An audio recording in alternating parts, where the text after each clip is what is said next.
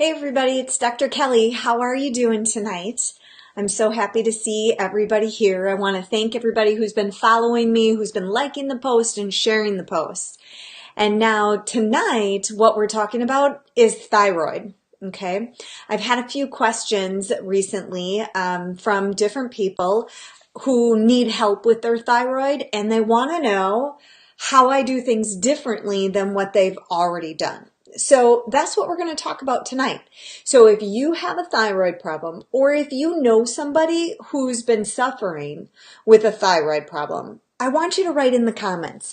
Go ahead and put their name down there to tag them so they listen to the video. Go ahead, like the video and share the video. The more people that we can reach with me just showing you how I work differently, the better. Because how many of you know someone who has been told they have a thyroid problem? What does their primary doctor do? Gives them a medication, tests their TSH, hi Jojo, and says, hey, you're back to normal. Everything is perfect. We'll see you again in 6 months, right? But how many of you have had that happen and you say, okay, well, my number changed, but I still feel the same. I still am tired all the time.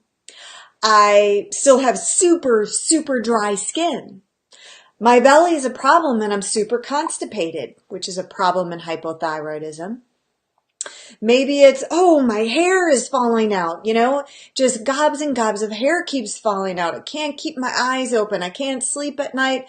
I'm tired all the time. What do you mean my thyroid's fine? Okay, so for all of you people who have been suffering with all of those classic thyroid symptoms, if you've asked your doctor to test you and they've tested your TSH and they said you're fine, you don't have a problem, that's one thing. If your TSH was off and they started to treat you, they gave you Synthroid, and you still feel all of those symptoms, but now they tell you that your thyroid is okay because your TSH is in the normal range. Well, that's another problem, right? But no matter which one of those is you or your friend, you've got to seek somebody else who knows how to handle the thyroid a little bit better. So what's the difference in how I work with somebody with a thyroid issue compared to that scenario? Well, let me tell you first that I've been in that scenario too. I've shared with you many times that I have autoimmune thyroiditis, right? Because when I was first diagnosed, actually, nobody did anything about the immune system side of that, right?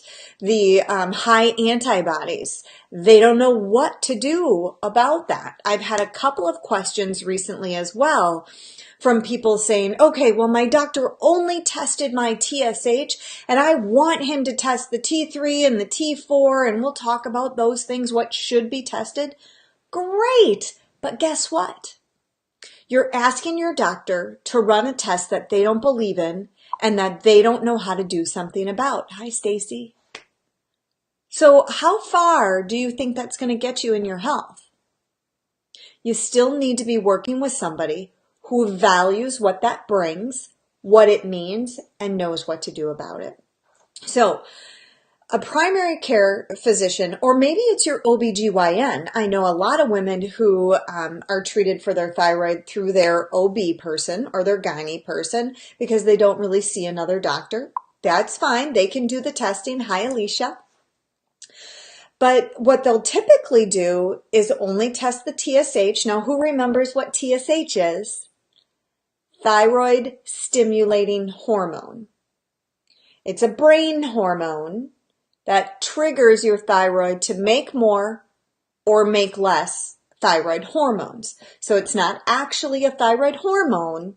It's a brain hormone that is in a feedback loop to tell the thyroid if your body needs more or less.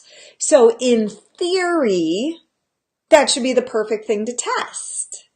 Yet I've given you example after example. There have been tons of videos that I've made showing you exactly when and why the TSH doesn't always match what the hormones actually are.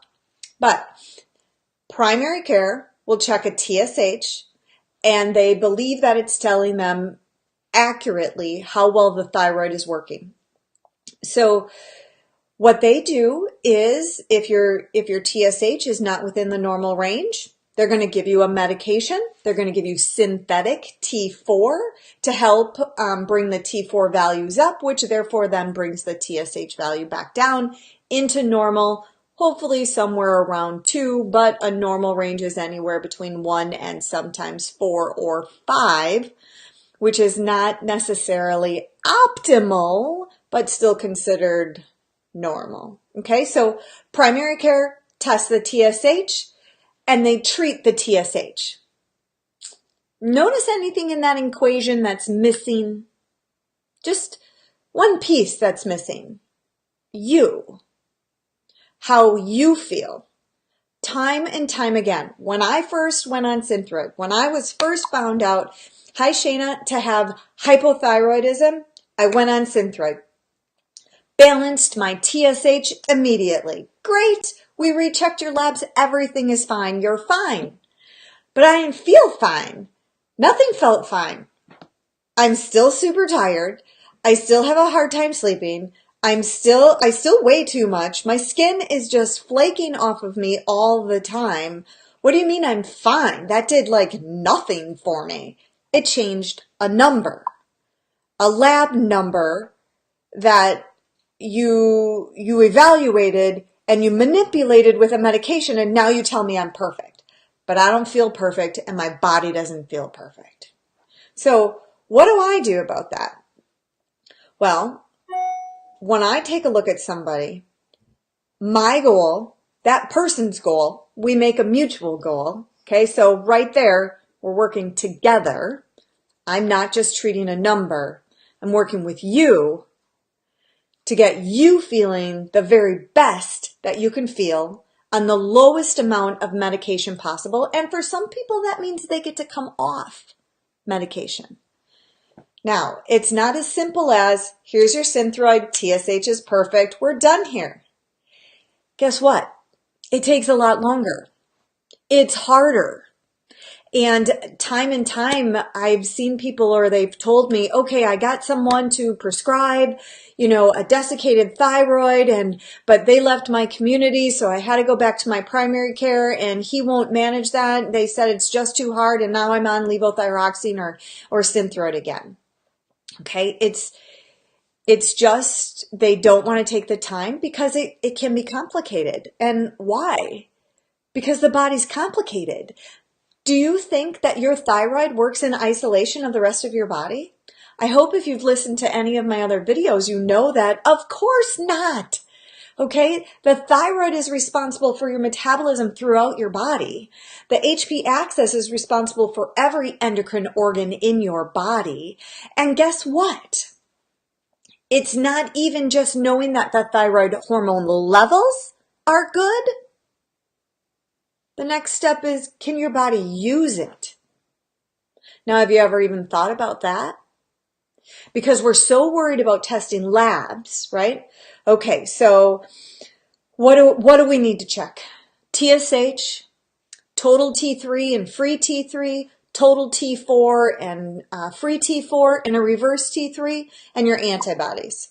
Those are fantastic to make sure that we're checking. But you got to work with somebody who knows what to do with it. And then when everything turns out great, let's pretend those numbers are all normal. In fact, they're all practically optimal. Your thyroid is working perfectly. Awesome. You want to hear that. I've told people that. But how can they have all the same symptoms? All of the classic hypothyroid symptoms, but I just said that person, all of their labs look normal. What did I say my goal is with that person? Getting them to feel the best on the least amount of medication. Not one organ in your body works in isolation of the rest. So even when all those labs turn out okay, we have to evaluate what else is going on in the body, because you may be resistant to using it. It might not be getting inside the cell. The hormones, you're making enough. It's true then. The thyroid gland is working, or your medication is perfectly the right amount. You've got a ton of it. You should feel golden. But so many times you don't, because your body's not even using the hormone. So you have to look at it holistically. You have to look at the whole person. Okay, so one of those values, I think I forgot to mention, I'm not even sure when I said the TSH, T3, T4, reverse T3. Did I say that before? If I didn't, I apologize. Who knows what reverse T3 is? So we know the T4, mostly made from the thyroid gland. We make a lot of that. But the more active form of your thyroid hormone is the T3. And the T3 is significant because it's the one that has to get actually inside the cells. And once it gets inside the cell, that's where the cell makes energy. And then, wow, the hair follicles change and the hair stops falling out. Wow, your metabolism goes up and you haven't even eaten differently, but you started to lose weight. Wow, I feel like I'm awake. I'm not so foggy brained. Wow, how did that happen? Because T3 actually got inside the cell. But reverse T3 is a blocker. So checking the reverse T3 lets us know that, yeah, you've got plenty of hormone, but your anxiety is so high, your inflammation is so high, your gut is so bad. You're not getting nutrition. In fact, you're eating and you're overweight, but your gut is not breaking it down. You're not digesting it. You're not feeding and fueling your body. So your reverse T3 goes up and up and up, and it blocks the use of T3 in the cells because it's a safety mechanism. It slows down your metabolism. It says, don't work so fast, everybody. Slow it down. We've got to cool our jets because we have to preserve life here. We're going to just take it down a notch. Now, all of you yo-yo dieters, who's all done that, all of you yo-yo dieters have taught your body that at any moment you could starve it. And so it's always prepared to be starving, right? Isn't it, Julie? But that's the way the hormones work in the body. So not only when we first start to look at some things, do we want to know, do you have a thyroid problem or do you have an immune system problem? Do you have antibodies going on? So is there autoimmune disease? Because those can be separate entities. They don't have to go together. It's just lots of times they do because one leads to the other. But you might have a thyroid problem. You might have an immune system problem. You might have both. But you also have to think how it all works in your body, how resistant your body is, how your gut is working, how much inflammation do you have going on. All those things play a big, big role in how well your thyroid and the thyroid hormones are going to be working for your body. So once we take that kind of approach, so no matter when somebody comes to me for the first time and they say, I have a thyroid problem, for me, it's not, okay, let's check your TSH and here's your medication or we can make an adjustment. No, it's okay. What's going on? How are you feeling? What are the other things going on that are symptoms and causes for how you feel that way and why your thyroid might not be making enough hormone, or if it is actually making enough hormone, why don't you feel like you're making enough hormone? Okay, so it's not just about the medication, but often I'll switch medications because Synthroid and levothyroxine are synthetic. And so I like to throw out this example because when I first came up with it, I thought it was really good. I thought it made sense and I thought a lot of people could relate to it. So if you think of Synthroid, it's synthetic or man-made T4. 90%, 80 to 90% T4 is made from your thyroid gland, and then it makes a much smaller quantity of T3 and reverse T3, okay? So we make a ton of T4. That's why the medication that's used most often is T4. And then, think about this, they leave it up to your body to convert it. So as I was talking about before, the whole body has to be functioning. They take for granted that I can just give you T4, a very inactive form. In fact, a synthetic form, man-made version form of T4, and expect your body to do what it is supposed to do with it. It has to convert it. It has to convert it in your liver. What if your liver's not working right? It has to convert it in your gut. What if your gut is super inflamed? It has to convert it in your periphery. What if you're super inflamed, you're super toxic, heavy metals, whatever else is going on? Do you think it's going to convert it to T3? So you can have as much T4 as you want, which then reflects to say your TSH looks perfect. In fact, you might be a little hyperthyroid, but none of it's converting to T3, and therefore you're never using it and you never feel better and none of your symptoms ever resolve. But think about this. Oreo cookies. Everybody familiar with what the brand Oreos are, right? Chocolate wafer, creamy filling, chocolate wafer, and how they taste. Think about that. Take a bite of that gluten-filled Oreo cookie and imagine what that tastes like. Right? Most of us have eaten an Oreo cookie at some point in our lives. I know what it tastes like. Now I want you to think of the generic version and maybe even a gluten-free version of a chocolate cookie, creamy, sugary filling in the middle, and a chocolate cookie, chocolate wafer, and taking a bite of that. A bite of the Oreo cookie, bite of the gluten-free generic version. Do they taste the same? They don't taste the same, do they? Not at all. Not at all. That makes sense, right? So now I want you to think the Oreo cookie against the gluten-free generic version, right? So Synthroid is the generic version, the man-made version. It can do the job. Obviously, they've been using it for 50 years. It can do the job, but it's never ever going to be the same or as effective as when your own thyroid makes T4. So the other thing that I do, besides getting all those barriers out of the way, get rid of the other causes. Why can't you make thyroid hormone, or why don't you use thyroid hormone? We've got to get that out of the way. We've got to work to get you feeling the best, right? And now, how many primary care doctors work to get your thyroid gland functioning again? Even for you people who have had a scare, maybe you've been hyperthyroid, or maybe you've had some abnormal cells, a nodule or something like that, and you've had your thyroid gland radiated. Do you know what? Most of the time, it's not 100% radiated. They actually don't have a good way to measure how much is left. And there is the possibility for some people, even when they've had their thyroid removed, sometimes some of it grows back. Okay. So knowing even when people have had half removed or have had some radiation, we can still work with the body and work with whatever thyroid tissue is still there, even when we have had massive autoimmune disease and a lot of destruction. I've had a lot of destruction.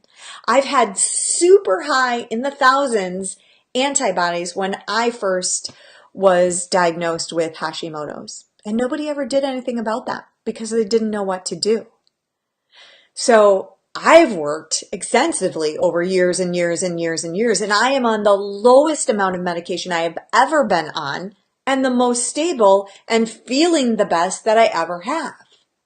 Wow. And I've had a ton of damage. Now, I will probably always need medication, but I'm on a whiff of it. In fact, I'm on a half a grain of desiccated thyroid. And there was a couple of years ago, I was on 3 grains.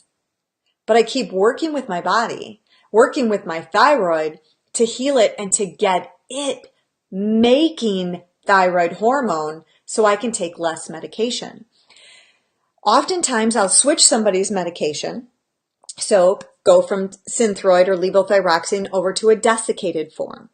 Well, what does that mean? Desiccated means it's taken from an animal's thyroid gland. It's a glandular. It actually has T3, T4, T1, and T2 inside that hormone, because it's taken directly from the pig, which is an animal who has a very close proximity of the amount and the ratios of T3 and T4. It's the actual hormone. And so many people do so much better because they're not taking the man-made plastic version and trying to convert it into something they can use. It's taking the actual hormone and using it. Okay. But a lot of doctors don't like to use that because they think it's not regulated, which it is. And then it's hard because it gives you T3 and T4. So sometimes it's not as easy to balance. Because of that, because of the ratios are a little bit different. But you just have to learn to support the body in different ways so that the person's thyroid gland actually starts making some of its own T4, and then it balances out pretty good and people feel typically so much better. It doesn't mean it's for everyone. You might be listening and say, I tried that and it didn't work for me. That's okay. But I also would challenge you, did the doctor who put you on Armour or Nature Throid or West Throid or WP Thyroid, any one of those desiccated thyroids, did they do anything else for your whole body? Did you work on food? Did you work on inflammation? Did you work on your gut? Did you work on the immune system? If none of those things were worked on, that's why the desiccated thyroid didn't work for you. Okay? All right, so I kind of think I spieled enough about all those different things. I hope it kind of made sense, but again, I've gotten several questions about that recently, so I thought I'd just talk about that a little bit. Please, tag someone, share the video. I appreciate that. I'm going to look back at a couple of comments that I couldn't fully read as I was talking at the same time. Gracie says, I am hypothyroid right now and I don't even have my thyroid. So without your thyroid, Gracie, you're not able to make thyroid hormone, so you would be hypothyroid. In fact, your whole life, you'll be considered hypothyroid and medications will try to keep you balanced. So you can also swing hyperthyroid depending on the medication, but you're going to be dependent on medication always.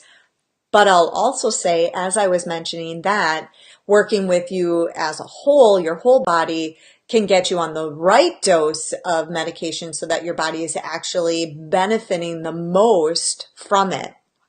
Shayna says, once a thyroid has atrophy and nodules and you have Hashimoto's, is it possible for repair? The body can heal itself. Yes, I will say yes. Shayna, to your question, I can't guarantee anything. I also can't measure exactly how much atrophy and how much comes back, but I do believe I'm living proof as one of the best examples of the requirement of medication that I used to need to what I need now, because over years, see, people don't evaluate this over years, and it's taken years for me to get to where I'm at today. Okay, so absolutely it's possible for repair. Think about this simple example whenever you're questioning that. Who's ever cut their finger? Or, cut yourself anywhere. I almost sliced my finger today when I was cutting, what was I cutting? Potatoes. I was cutting up some potatoes and that got a little bit close to my finger. But a cut, right? A cut. If it's not too deep where you actually go in and you need stitches, which stitches, do stitches heal the cut? No. Stitches serve one purpose. They keep the skin close together so that the body can heal itself. Every single cut heals itself. The body gets a scab, which is its own version of a Band-Aid. Where do you think the idea of a Band-Aid came from when it's a big gaping wound, right? To cover it. And if you ever picked off a scab and it's all goopy underneath, that's all the healing properties. You just ripped off everything good for the body to heal itself.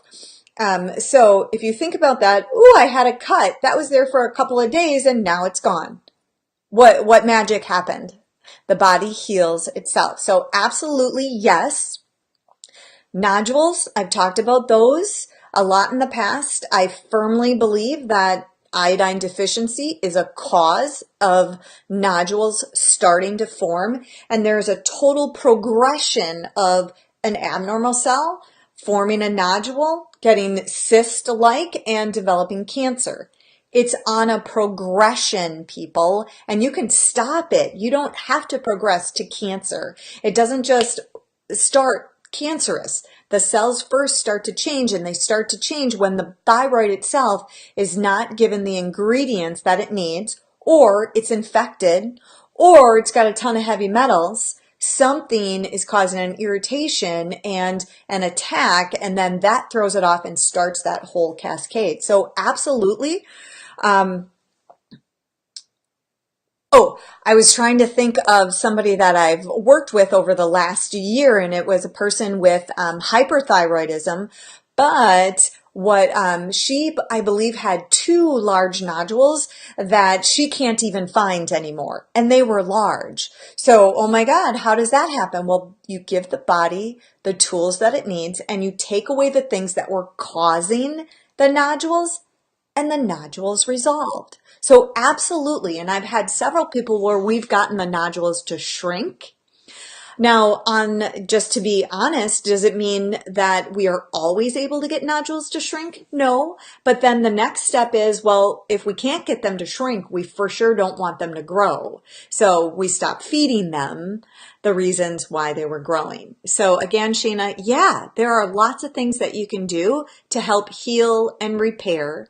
And then to find out how good it will get, you just keep watching it and be ready to say, wow, I'm starting to get a little hyperthyroid here. I need to go down on my medication because I'm doing so good. I'm taking such good care of myself. I'm eating so well. My gut's in great shape. My immune system's perfect. And wow, now it seems like my thyroid's getting better. It absolutely can happen, and I've seen it time and time. Gracie, I don't have it that way because I had thyroid cancer. I don't have it that way. I am hypothyroid right now, and I don't even have my thyroid. I don't have it that way because I had thyroid cancer. Oh, I'm not sure what you're saying there, Gracie, unless it's just that you don't have your thyroid because you had thyroid cancer. Diana, what natural desiccated thyroid do you recommend now with Thyroid being changed? Okay, Diana, I don't know what you're referring to with it being changed. So if you're still listening, Diana, why don't you let me know specifically, because Thyroid has been my preferred desiccated thyroid. There was definitely an issue in it being delayed and them getting quality ingredients, and so a lot of them got back ordered, but it's still my preferred, and because they offer it in so many dosages. Metronidazole, what does it do? Jojo, you should know what it does if you are taking it. It stops your thyroid from making so much hormone. So it puts a halt on the production line, on the production system to stop hyperthyroidism, too much hormone, while you should be working on repairing all those things that I just mentioned in your body, and not just one thing, okay? Will I ever get better? Because I don't feel better. I've been having headaches, a lot of depression, body aches, and sensitive to the cold. So, Gracie, then that means you're not absorbing your thyroid hormone, or it's not being used properly, or there's other things that are barriers to give you the full benefit of it. And now, even though we're talking about common thyroid symptoms, hormones can give you some of those same symptoms. The adrenal gland can give you some of those same symptoms.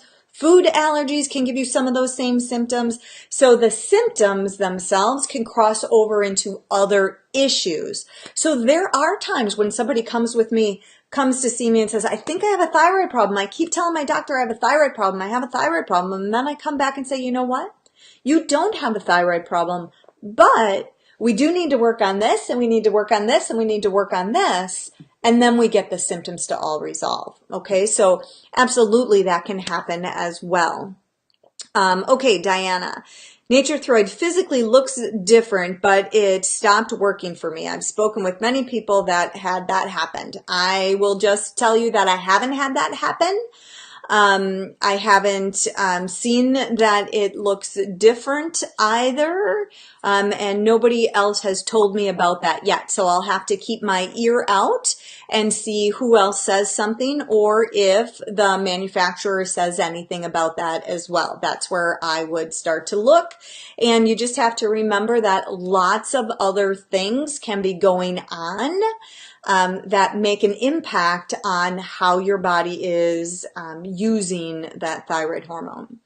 So thank you everybody for listening tonight. I hope that answered some questions for you, explained a little bit about how I work differently than the primary care physician and why you want to work with somebody who can take that view towards everything. If you have other things that you'd like me to talk about or other questions, please feel free to shoot me a message, and I will talk to you again soon. See you later. Have a good rest of your night.